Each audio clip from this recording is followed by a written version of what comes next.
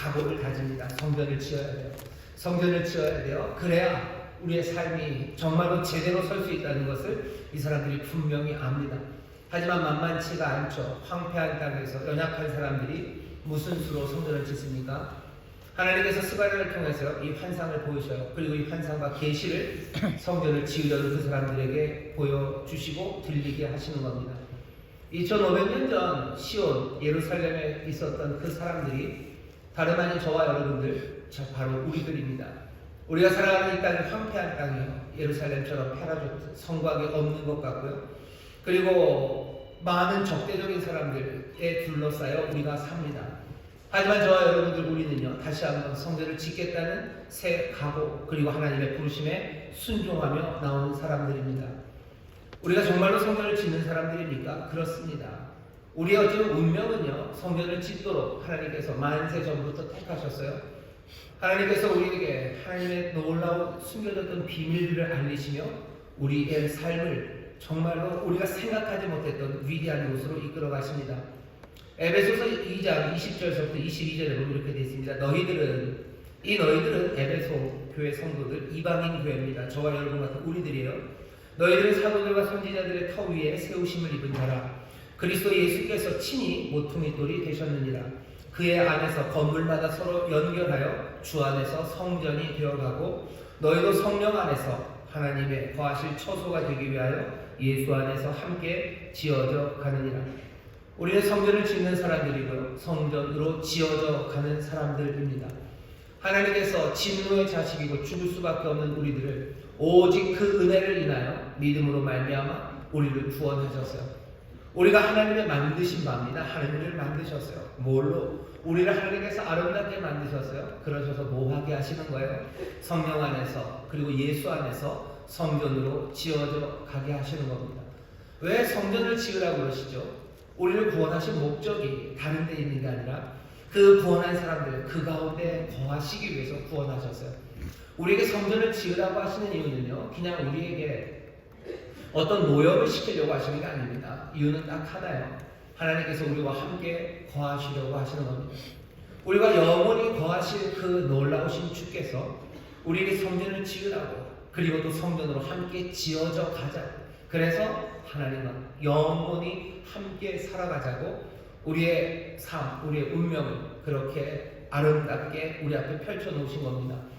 예루살렘에 2500년 전에 사람들이 성전을 짓겠다고 결심했던 것처럼 우리도 지금 구원받은 우리들, 진노의 자식이고 죽을 수밖에 없었던 사람들이 하나님의 자녀가 되어서 이 땅에서 해야 되는 일들은 정말로 주와 함께 살아갈 성전을 성령 안에서, 그리고 예수 안에서 함께 짓는 일입니다.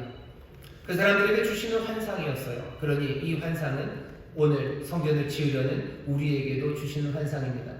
이 환상을 여러분들 주가 우리에게 주시는 환상으로 받으시기를, 우리에게 주시는 선물로 받으시기를 주의 이름으로 축원합니다. 8개 중에 우리가 3개의 환상을 봤습니다. 오늘은 4번째입니다. 4번째, 5번째는요, 나머지 것들과 좀 달라요. 앞에 셋, 뒤에 셋은요, 전체 공동체에 관한 이야기입니다. 하지만 중간에 있는 4, 5, 한 중간이죠. 한 중간은 특별한 사람들에게 집중하고 있어요. 4장은 대제사장인 여호수아, 4번째는요, 그리고 5번째 환상은 총독입니다. 총독 스룹바벨에게 집중되어 있습니다. 앞뒤는 모든 사람들이 다 듣는 거예요. 기억나시나요? 3개의 환상들. 하나님께서 얘기하시는 거죠. 성전을 지으려는 사람들에게 내가 너희들 얼마나 사랑하는지 아냐. 나는 질투하도록 너희를 사랑하는 하나님이다.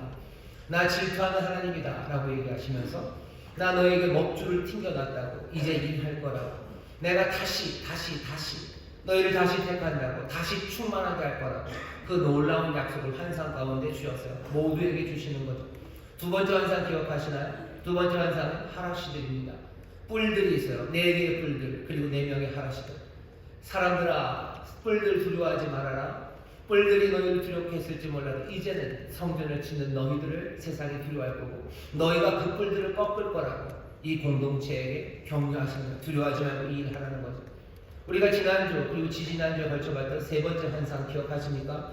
3번째 환상은 총량줄을 갖고 그 성벽을 지으려는 사람에게 전하는 것. 페라조트, 성곽이 없는 도시인 것 같지만 가난하고 그리고 슬프고 작아서가 아니라 하나님이 채우실 걸 감당 못하기 때문에 성곽이 없는 도시가 될 거다. 하나님의 귀하신 약속을 주시고 여호와 앞에서 불성곽이 되어주시고 그들 중심에서 영광이 되신다고 하나님의 놀라운 소망을 알리시면서요, 기뻐하고 즐거워하라, 너희들 바벨론에서 어서 떠나라고 그런 세 번째 환상까지를 보여주셨어요. 몽땅 어떤 얘기들입니까? 전체에게 주시는 이야기예요. 나머지 6, 7, 8, 6번, 7번, 8번째 환상도 약간 그런 맥락일 겁니다.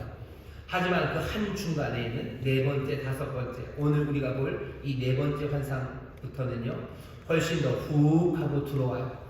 거기에 있는 중요한 사람, 여호수아라는 대제사장과 스룹바벨이라는 총독에 관한 이야기입니다. 그러니 여러분들 갑자기 설교를 듣다가 뒤로 물러나 앉으시는 게 느껴져요. 1, 2, 3 그리고 6, 7, 8은 우리에게. 하지만 나는 대제사장도 아니고 나는 총독도 아니니 내가 이것들을 그렇게 들여다볼 필요가 없다고 생각하실지 모르겠지만 아닙니다. 여러분 훨씬 더 잘 들여다보셔야 돼요. 여기 있는 1, 2, 3, 6, 7, 8은 모두가 함께 들어야 되는 거예요. 하지만 네 번째, 다섯 번째 환상은요, 정말로 내 얘기다 하고 나를 보면서요, 초점을 맞추시고 줌인하셔야 됩니다. 나는 제사장이 아닌데요, 여러분이 너무 그렇게 얘기하지 마셔. 베드로를 통해서 말씀하셔서 왕 같은 제사장으로 우리를 부르셨어요. 뿐만 아니라 성전을 짓는 데 있어서 누구도 주인공이 아닌 사람은 없습니다. 적어도 내 삶을, 내 삶이 하나님의 성전이 되어야 돼요. 그럼 내 삶을 누가 짓습니까? 물론 하나님이 지으시죠. 지어져 가죠. 거기서 주도적인 역할은 누가 하겠어요? 주가 하시겠지만 주님 말고는 내가 할 겁니다. 내가 내 성전을 짓는 것에 있어서 나는 주연이지, 나는 엑스트라가 아니에요. 교회도 마찬가지입니다. 이 인천수봉교회라는 이 성전을 아름답게 지어가는 데 있어서 하나님께서 우리를 각각의 지체로, 몸의 지체로 부르셨어요. 몸 전체의 한 부분을 맡았어요. 그 부분의 주인공은 누굽니까? 납니다. 내가 거기서 감당해야 되는 거죠. 오늘 우리 재직 임명하며 감사 예배를 하나님 앞에 드릴 겁니다. 각각이 하나님이 맡겨주신 책임이 있어요. 그 일은 내가 감당하는 거예요. 대제사장이 대제사장의 일을 감당하듯이 한 교회 안에서 성전이 지어져 갈 때 내 일은 내가 책임집니다. 그 사람이 책임져야 성전이 지어져 갈 거예요. 내가 책임져야 내 삶에서 하나님이 거하시는 내 성전이 지어져 갈 겁니다. 그러니 그 성전을 짓는 데 있어서 주도적인 역할을 하는 사람들에 관한 이야기, 이 환상이 여러분과 상관없는 이야기라고 생각하시면 곤란합니다. 내가 지금 들어야 되는 이야기요. 내가 돋보기를 들여다대고서 도대체 하나님이 내게 뭐라고 말씀하시는지 귀 기울이고 더 집중해야 합니다. 그래서 이 환상을 한 가운데다 놓으신 거예요. 이전에 세 번의 환상을 보면서도 여러분들 집중하셨지만 오늘 또 다음 주 계속해서 이어지는 이 대제사장과 총독에게 관하여 주시는 환상에 여러분들 마음을 다하시고 귀를 기울이시고 눈을 크게 뜨시기를 주의 이름으로 축원합니다. 자, 들여다봅시다. 성전을 지어야 되는데요, 거기에 주도적인 역할을 하는 사람이 있어요. 이 사람들이 없으면 안 됩니다. 그런데 잘 들여다봤더니 오늘 말씀이 우리에게 주시는 처음 시작은요, 문제가 심각합니다. 문제가 심각해요. 성전을 짓는데 문제가 있어요. 경고가 울리는 거예요. 삐뽀. 그냥 겉에서 얘기할 때는 용기를 내라, 내가 너희를 사랑한다, 먹줄을 튕겼다. 먹줄을 튕겼는데 가만히 들여다봤더니 경보가 울려요. 왜입니까? 더러운 옷입니다. 문제는 더러운 옷이에요. 대제사장이 더러운 옷을 입고 서 있습니다. 하나님의 성전을 지어야 되는데 문제가 생겼어요. 삐뽀 들여다봤더니 그냥 하나님 먹줄을 튕기고 하나님 우리를 사랑하시고 또 하나님께서 우리를 위해서 일어나신다, 그 이야기 들을 때는 괜찮았어요. 그런데 우리를 주민 들여다봤더니 문제가 생겨요. 우리가 더러워요. 내가 더러워요. 짓겠나 싶은 거죠. 이래가지고 짓겠나 싶은 겁니다. 오늘 말씀을 보시죠. 1절입니다. 대제사장 여호수아는 여호와의 사자 앞에 섰고 사단은 그의 우편에 서서 그를 대적하는 것을 여호와께서 내게 보이시니라. 대제사장 여호수아가 여호와의 사자 앞에, 주님 앞에 서 있습니다. 그리고 대적하는 사람은 여호수아 옆에 있어요. 이 여호수아는 모세의 후계자, 그 여호수아 아닙니다. 이름이 여호수아예요. 여호수아라는 이름이 많습니다. 이 대제사장, 스가랴 당시의 대제사장의 이름이 여호수아였는데요, 그 여호수아가 주님 앞에 섰는데 서 있는 게 그냥 지나가다 선 게 아니에요. 이 서 있는 모양이 굉장히 격식이 있습니다. 주님 앞에 서 있고요. 대적하는 사람이 오른편에 서 있어요. 거의 심판하는, 뭔가 법정에 서 있는 것 같습니다. 법정에 더러운 옷을 입고 서 있어요. 법정에 죄인의 모습으로 서 있어요. 이건 위험합니다. 그냥 저 뒷골목에서는 더러운 옷으로 있어도 괜찮을 거예요. 뒷골목에서는 죄인이어도 뭐 그냥 괜찮습니다. 하지만 심판대 앞에 섰을 때 더러운 옷을 입었다는 것, 이건 문제가 큽니다. 그 옆에 대적하는 사람, 검사처럼 사단이 서 있습니다. 오늘 우리에게 보여주는 본문, 이 말씀은 우리에게 심각한 문제를 집어 던져주시는 거예요. 성전을 짓는다고 그랬는데 보니까 우리가 죄인인걸, 내가 하나님의 전으로 지어져야 하고 내 안에 하나님의 영광이 거한다고 그랬는데 내가 나를 보니 뭐예요? 죄인이에요. 더러움입니다. 우리가 하나님의 영광을 나타낸다고 했는데 들여다보니까 우리가 더러워요. 더러운 옷을 입고 서 있는 겁니다. 성전을 지키는커녕 이 심판대 앞에서 어떻게 돼요? 아슬아슬합니다. 성전을 지키는커녕 잡혀 들어가야 될 판이에요. 어쩌면 죽어야 될 판이에요. 성전을 지키면 뭘 짓습니까? 여호수아 자체가 지금 굉장히 위험한 상태에 있는 겁니다. 문제는 점점 더 심각해지죠. 왜? 여호수아가 더럽다는 건 여호수아의 문제만은 아니에요. 대제사장이 더러운 옷을 입었다는 건요, 그 공동체의 심각한 문제입니다.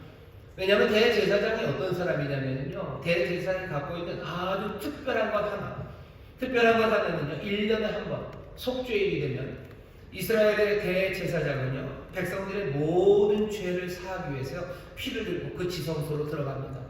지성소로 들어가 피를 뿌려요. 그리고 하나님의 사심을 구해요.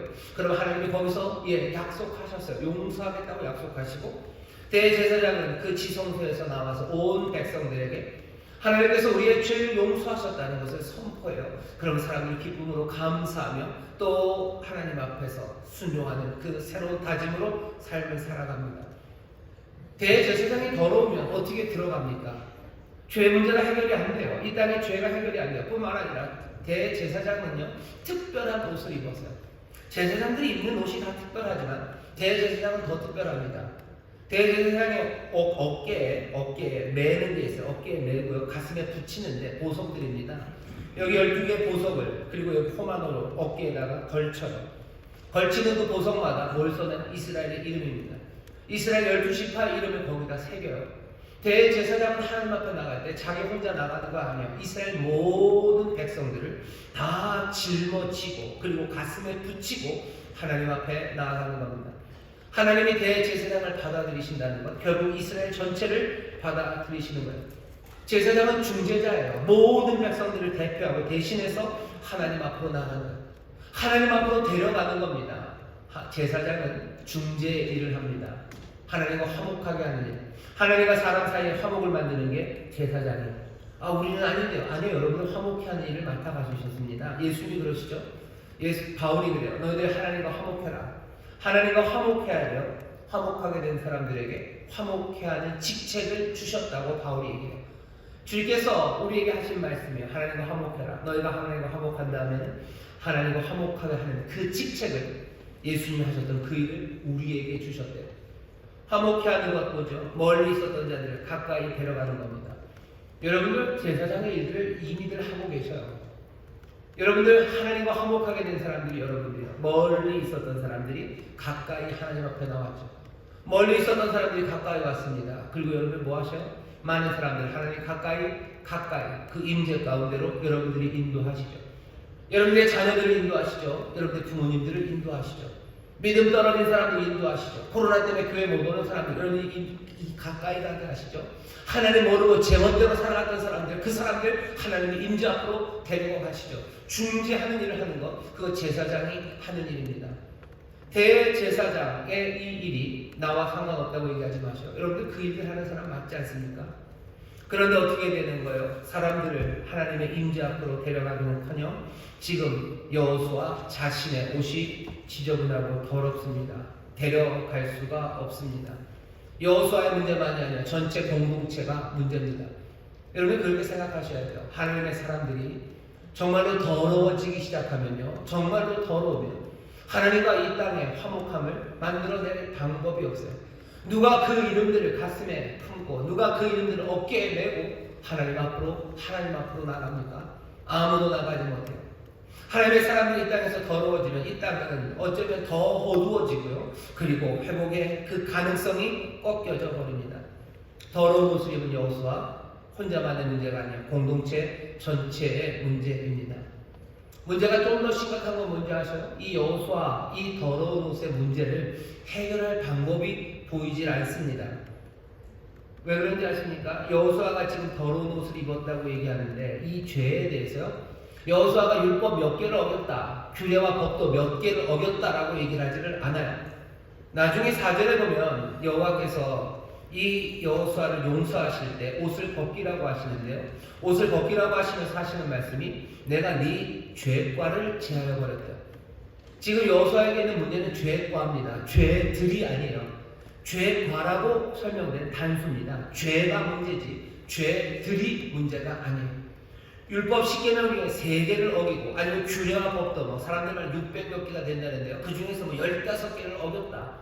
그러니 더러운 옷에 뭐 짜장면 뭐뭐 해서 15개쯤 뭐가 튀었다. 그게 지금 문제가 아닙니다. 그냥 여호수아가 죄과가 있어요. 여호수아가 죄인이라는 게 문제지.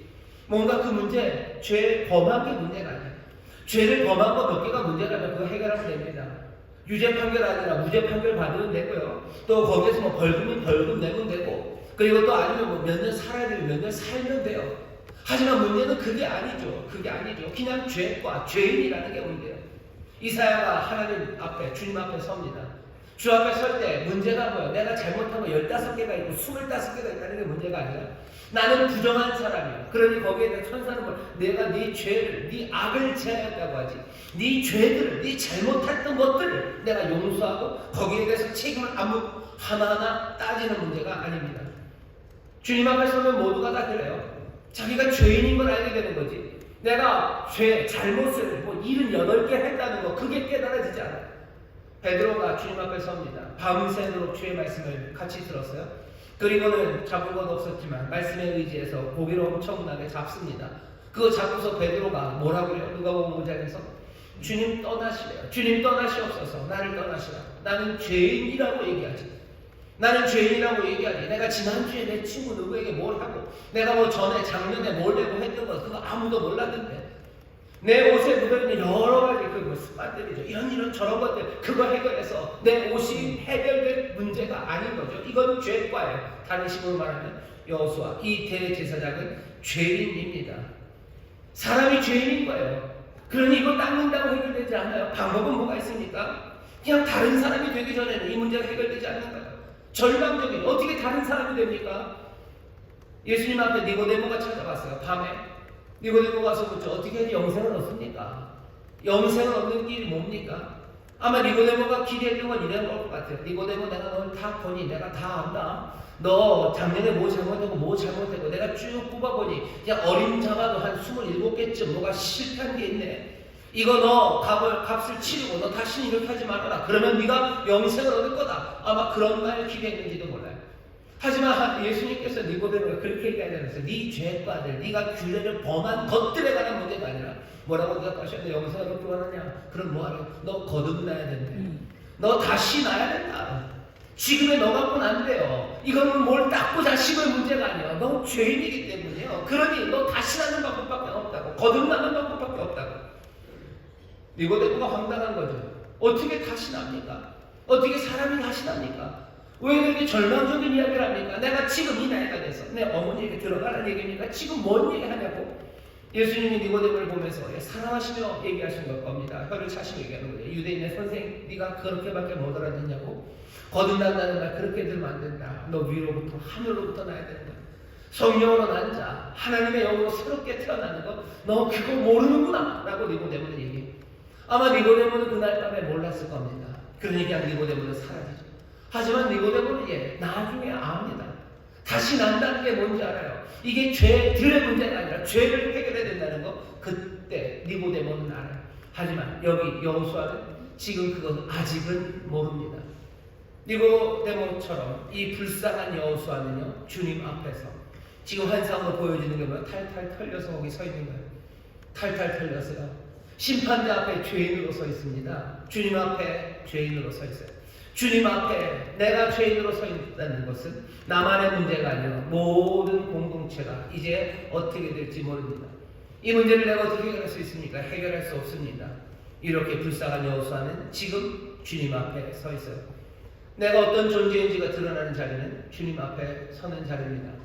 사람들은 그래요. 예배하기 위해서 주님 앞에 올 때 왜 사람들은 자꾸 우리가 죄인이라고 합니까? 죄인이라고 합니까? 오늘 이야기를 보시라고. 우리가 주님 앞에 서면요, 그냥 탈탈 털려서 서는 거예요.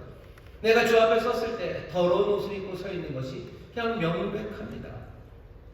이 앞에서 내 삶이 어떻게 될까? 사실은 떨리는 마음으로 서는 거예요. 더러운 옷을 입은 대제사장 여호수아가 정말로 탈탈 털려 거기 서 있었을 때 여기 있는 대적하는 자가 말하기 시작했겠죠. 뭐라고 말했는지 기록은 없어요. 하지만 우리는 뻔하게 압니다. 왜? 법정 앞에 더러운 옷을 입고 섰다는 거 말이 필요가 없습니다. 그럼 거기가 끝입니까? 대적하는 사람이 말하는 것처럼 너희가 이제 이 문제를 어떻게 해결할 거냐? 너도 망하는 거고 공동체도 망하는 거고 하나님의 성전을 지키는 뭘 짓냐 여호수아야. 하나님한테 얘기하는 거겠죠. 주님 앞에. 주님 얘가 뭘 합니까? 누군가가 얘기해 줬으면 좋겠어요. 예, 아니나 다를까 여호와께서 말씀하십니다. 여호와께서 말씀하셔요. 우리는 뭐라고 기대하죠?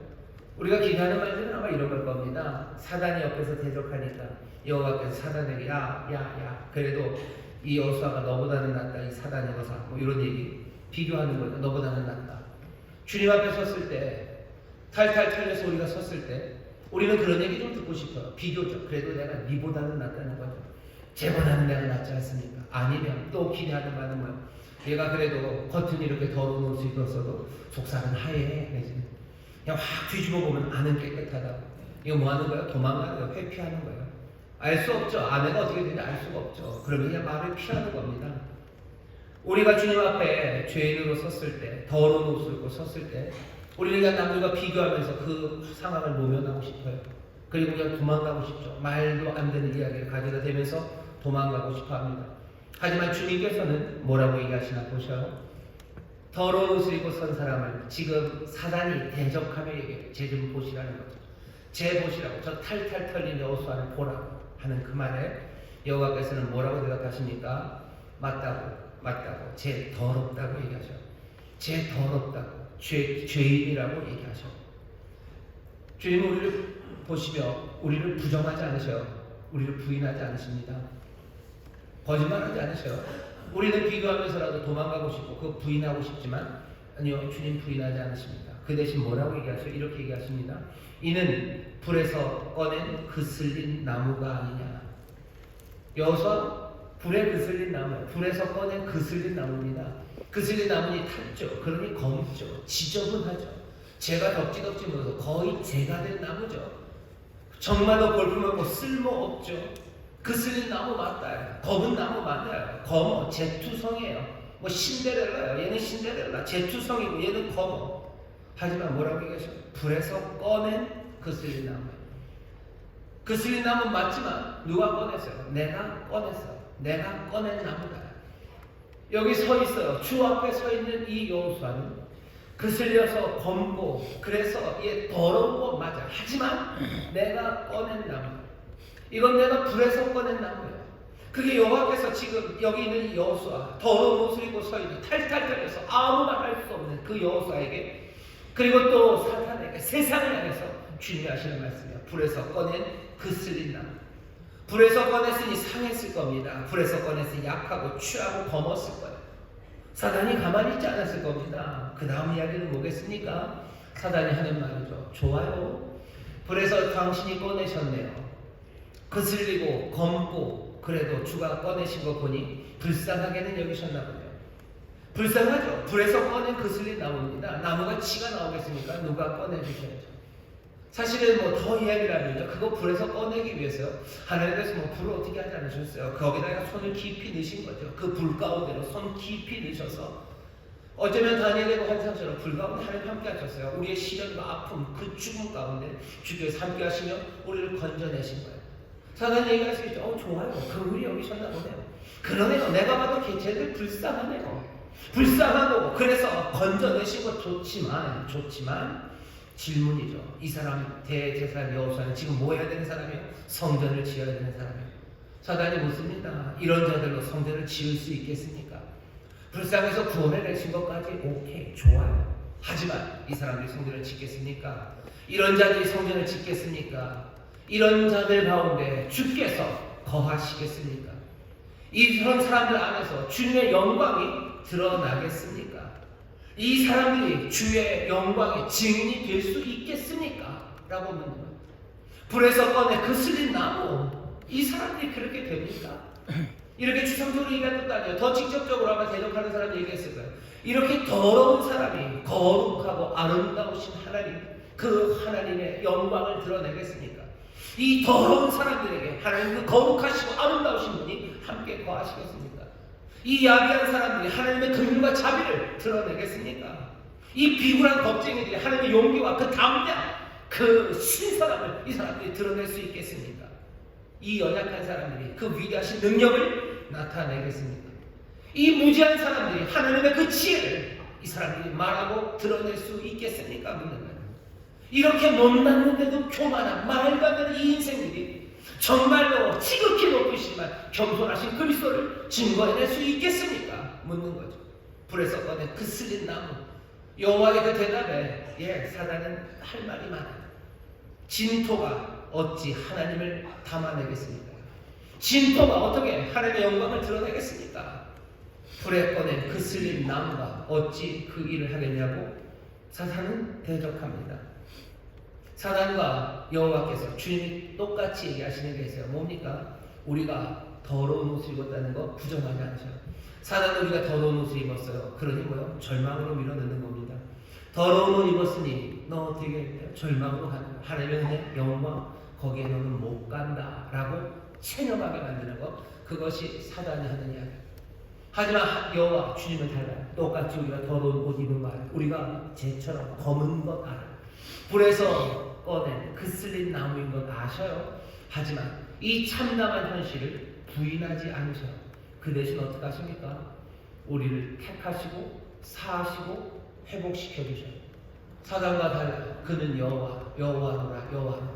은혜롭고 자비롭고 인자와 진실하심이 크신 분이셔요. 여호와는 우리의 검은 것과 더러운 옷 입은 것 거기에서 가만히 있지 않으셔요. 그런데도 불구하고 택하셔요. 그런데도 불구하고 택하시고 사하시고 회복해 하십니다. 이걸 어떻게 확인합니까? 주님이 뭐라고 얘기하시나 보셔. 2절입니다. 여호와께서 사단에게 이르시되 사단아 여호와가 너를 책망하노라. 네 말 틀렸다는 거예요. 더러운 옷 맞아. 하지만 너 틀렸어. 예루살렘을 택한 여호와가 너를 책망하노라. 이는 불에서 꺼낸 그 슬린 나무가 있다. 나 여호와는 예루살렘을 택한 여호와다. 첫 번째 환상에서 기억하시는 내가 다시 예루살렘을 택한다. 내가 다시 택한다. 내가 다시 위로하고 다시 풍성하게 하고 내가 다시 택한다. 다시 택한다는 이야기가 뭐야? 예루살렘을 택했어요. 예루살렘이 어떤 곳이었는데요? 찬양하고 아름답고 순종이 넘치는 그 예루살렘입니까? 사단을 할 말 많아요. 예루살렘 택하시면 안 된다고 부당하시옵니다. 예루살렘은 반역의 도시예요. 예루살렘은 돌아오지 않는 도시예요. 예루살렘은 그렇게 하나님을 저주하고 하나님을 배신한 도시예요. 그래서 하나님이 떠나셨던 도시예요. 그런데 이걸 왜 다시 택하십니까? 그거 부당하십니다라고 얘기하겠지만 주님은 뭐라고? 나는 예루살렘을 택한 여호와다라고 얘기하셔요. 난 예루살렘을 택한 여호와다. 주는 늘 그렇게 하셨어요. 주님은 어떻게 하셔요? 아브라함을 택하셨어요.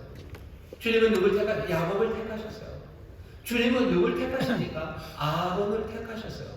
아론이 대제사장, 첫 번째 대제사장은 그 시내산 아래서 금송아지 만들었던 사람입니다. 모세가 잠깐 자리를 떴어요. 길어야 40일입니다. 그 시간 동안에 그 아래서 그 광야에서 지나왔던 그 반석에서 물이 나는 일들과 아말렉과 전쟁에서요. 아론은 그 산 위에서요. 모세의 팔을 붙잡았던 사람이에요. 하나님의 능력이 뭔지 알아요. 10개 그 애굽에서의 기적을 그냥 생생하게 봤던 사람이 아론이에요. 홍해를 건너왔던 아론입니다. 만나를 먹었던 아론이에요. 그런데 그 아론이 금송아지를 만들고 이게 우리를 인도해온 바로 그 하나님이다라고 누가 아론이 그 말을 했어요. 그 정도면 더럽죠. 그 정도면 버려야죠. 하지만 주는 아론을 택하셔요. 아론을 택한 나 여호와가 말하네.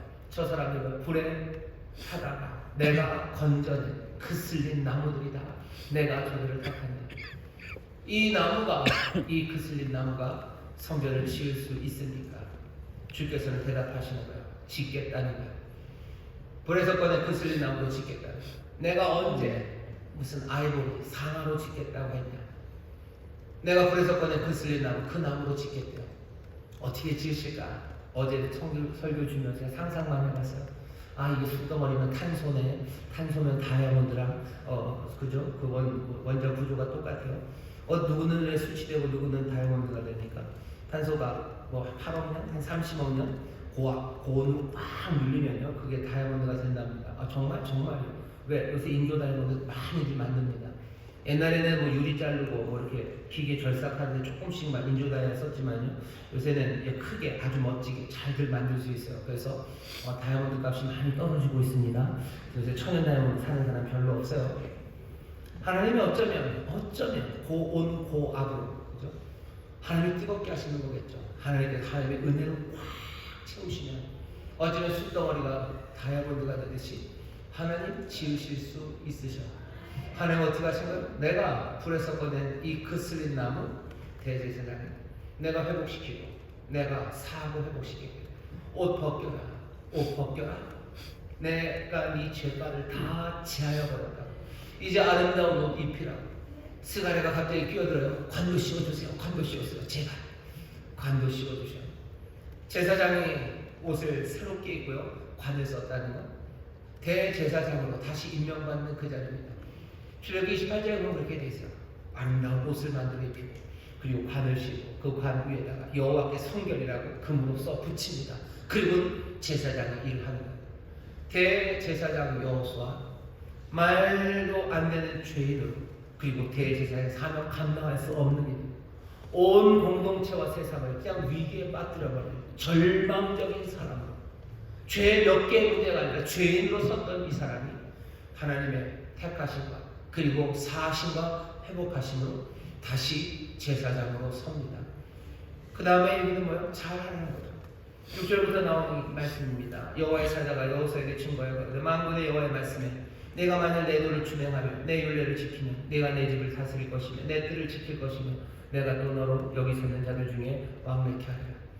이제 다시 시작하는데요.